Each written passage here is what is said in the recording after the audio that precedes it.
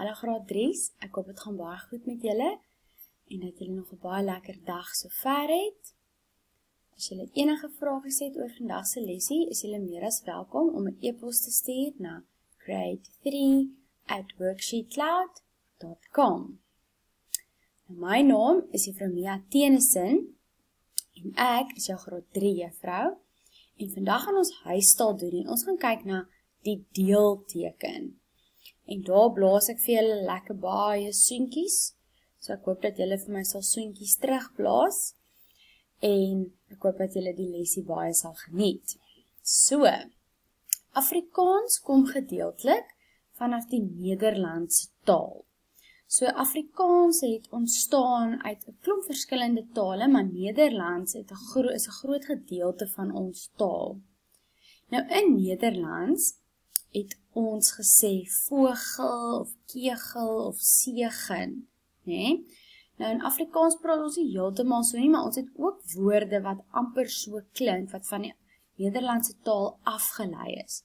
So in Afrikaans haal ons die g uit en gebruik ons 'n deelteken om te wys die g is uitgehaal. Byvoorbeeld, as ons kyk na die woordjie vogel, in Afrikaans haal ons hierdie g uit en dan praat ons van die woordjie voël, né? So 'n vogel is 'n voël, maar ons praat nie van vogel nie, ons praat van voël, maar ons het mos 'n deelteken op ons e, want anders staan ons voel, né? So in Afrikaans het ons die g weggehaal, maar in plaas van die g het ons 'n deelteken op die e gesit. So vogel raak voël, kegel word keel en seën word seën. So die g is weggehaal en die deelteken het die g vervang. So as ons die woord uitspreek, hoor jy 'n hi klank waar die deelteken kom. Byvoorbeeld teel, né? Dit klink soos te heel, né? Dis amper soos die deelteken klink amper soos 'n hi klankie. So kom ons kyk na 'n voorbeeld. Ons eerste voorbeeld is speel en dis hoe mens speel in Afrikaans spel. En dan kan jy sien hoe dit in Nederlands gespel word. So in Nederlands spel hulle dit spiegel en ons haal die g uit en ons sit die deelteken in plek van die g en dan is dit speel. So daar kan julle mooi sien, die g is uit en daar het 'n deelteken op die laaste e gekom. Ons kyk na 'n voorbeeld. Reën, dis hoe ons reën in Afrikaans spel. En dit is hoe hulle dit in Nederlands spel. En weer eens kan julle sien, ons het die g weggehaal. En in plaas van die g het ons 'n deelteken op die e gaan sit. En nou praat ons van reën. Dit reën hard buite. In die winter reën dit baie. Kom ons kyk nou nog 'n voorbeeld. Voël. Dit was vogel. Dit is hoe hulle dit gespel het, of hoe dit in Nederlands gespel word. Ons het die g weggehaal en ons het die deelteken op die e gesit. Voël, né? En mens spreek die e nou 'n bietjie anders uit, so 'n e met 'n deelteken op, klink amper soos die hi klank wat ek nou nog gesê het, so is voël, né? Jy hoor daai h. Klink amper soos 'n h, voël. En ons kan 'n sinnetjie maak met die voël sing, of die voël vlieg, of die voël sit in die boom. En as daar nie 'n deelteken was, dan het daar gestaan voel. So ons kort die deelteken om met die woordjie voël te maak. Kom ons kyk nou nog 'n voorbeeld. Keel. So in Nederlands praat hulle van 'n kegel. Ons het die g weggehaal en ons het in plaas van die g het ons 2 kolletjies en dan is dit keel, né? As die deelteken nie daar was nie, dan was dit net keel. Maar ons praat van die keel. So met ander woorde, baie keer as daar padwerke is, dan sien jy hulle pak hierdie keels uit, of partykeer as jy hokkie of enige sport doen, dan praat die juffrou van sy die keels uitgepak. Baie mense sê ons gebruik nog steeds die Nederlandse woordjie kegel, né? Hulle sê hulle die kegels uitgepak. Maar in Afrikaans sê ons eintlik dis 'n keel. Want kegel is eintlik Nederlands en ons het die g weggehaal en die deelteken op die e gesit. Ons kyk nou nog 'n voorbeeld. In Afrikaans praat ons van skiers, mense wat ski. So daar kan julle weer sien, die g is weg en die deelteken is op die e. En skiers is mense wat ski in die sneeu, of in die ys, of op 'n ysbaan, kan jy sê mense ski, of die skiers is besig om te ski. As kyk nou nog 'n voorbeeld, hoër, in Nederlands is dit hoger, die g is weg, en die deelteken is op die e. En nou kan jy ook hoor, dat hoër, daai e, maak amper soos 'n h klankie, nee? Hoër, ek vlieg hoër as jy, of ek spring hoër as jy, of die duif vlieg hoër as die mossie in die lug, nee? So dis wat hoër beteken, en daar kan julle sien dat die g weg is, en die deelteken het die g vervang. Kijk na die volgende enetjie. Vroeër.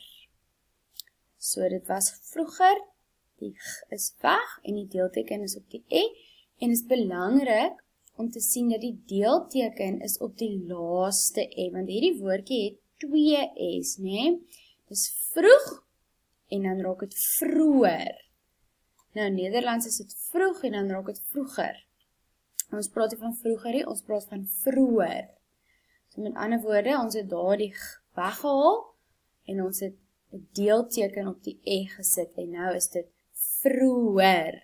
So ek moet vroeër opstaan as jy, of ek moet vroeër in die oggende opstaan as gewoonlik, of in die vakansie slaap ek laat, maar in die kwartaal moet ek vroeër opstaan. Goed, kom ons kyk na 'n voorbeeld. Vleer. In Nederlands was dit vlieger. So daar kan julle weer sien, die g word weggelaat en die deelteken kom op die e. En 'n vleer is 'n kite. So dis soos daai prentjie, in Engels noem ons dit 'n kite. In Afrikaans is dit 'n vleer. En weer eens kan julle sien, die g is weg en die deelteken is op die e gesit.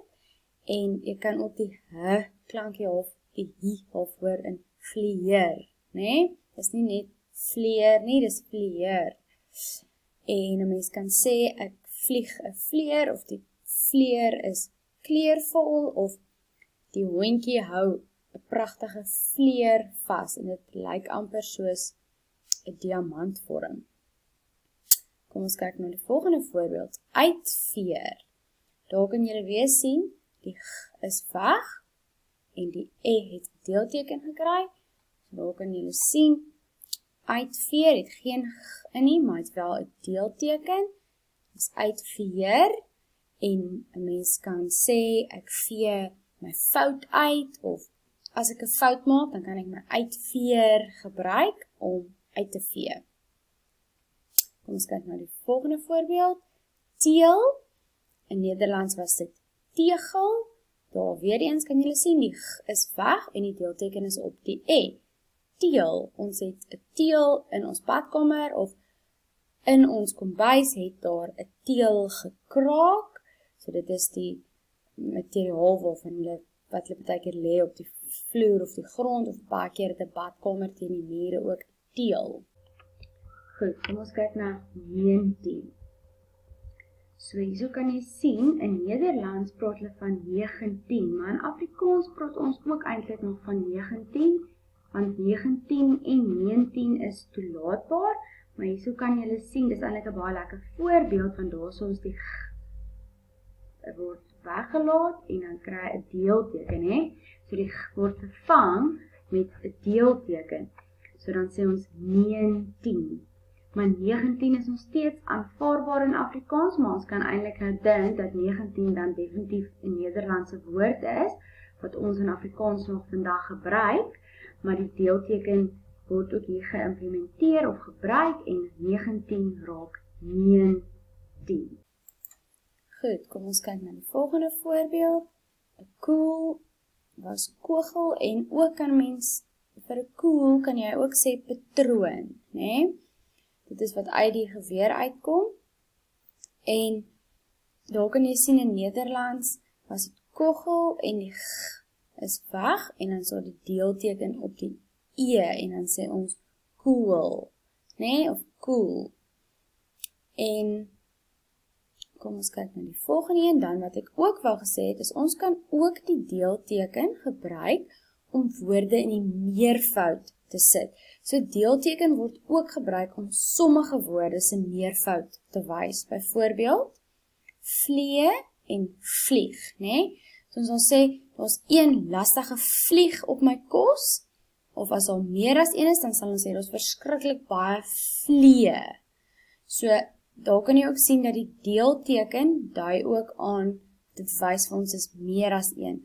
En interessant, dit is ook 'n woordjie wat met 'n g eindig, en dan word dit ook vervang met 'n deelteken en 'n e. So, een vlieg, maar baie vlee. Ons kyk na ons volgende prentjie.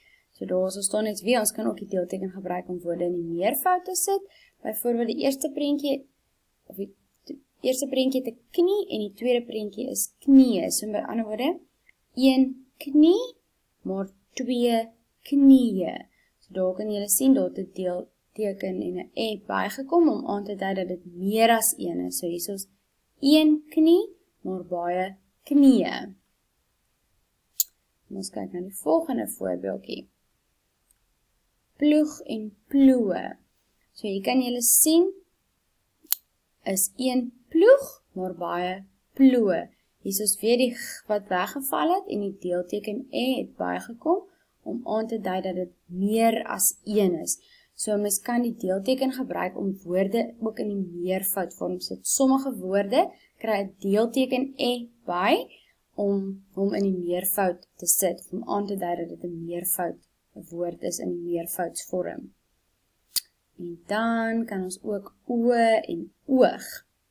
So hierso kan julle ook sien, dis een oogie en dan raak dit meer as een oë. So weer eens die deelteken wys vir my dat die woord is in sy meervoudsvorm, was meer as een. Julle is baie slim en dankie dat julle so mooi geluister het. En onthou nou dat daar 'n reël is en dat in Nederlands was daar 'n g in die woord wat ons vervang het in Afrikaans met die deelteken, of ons gebruik die deelteken vir sommige woorde om te wys hulle is in 'n meervoudsvorm.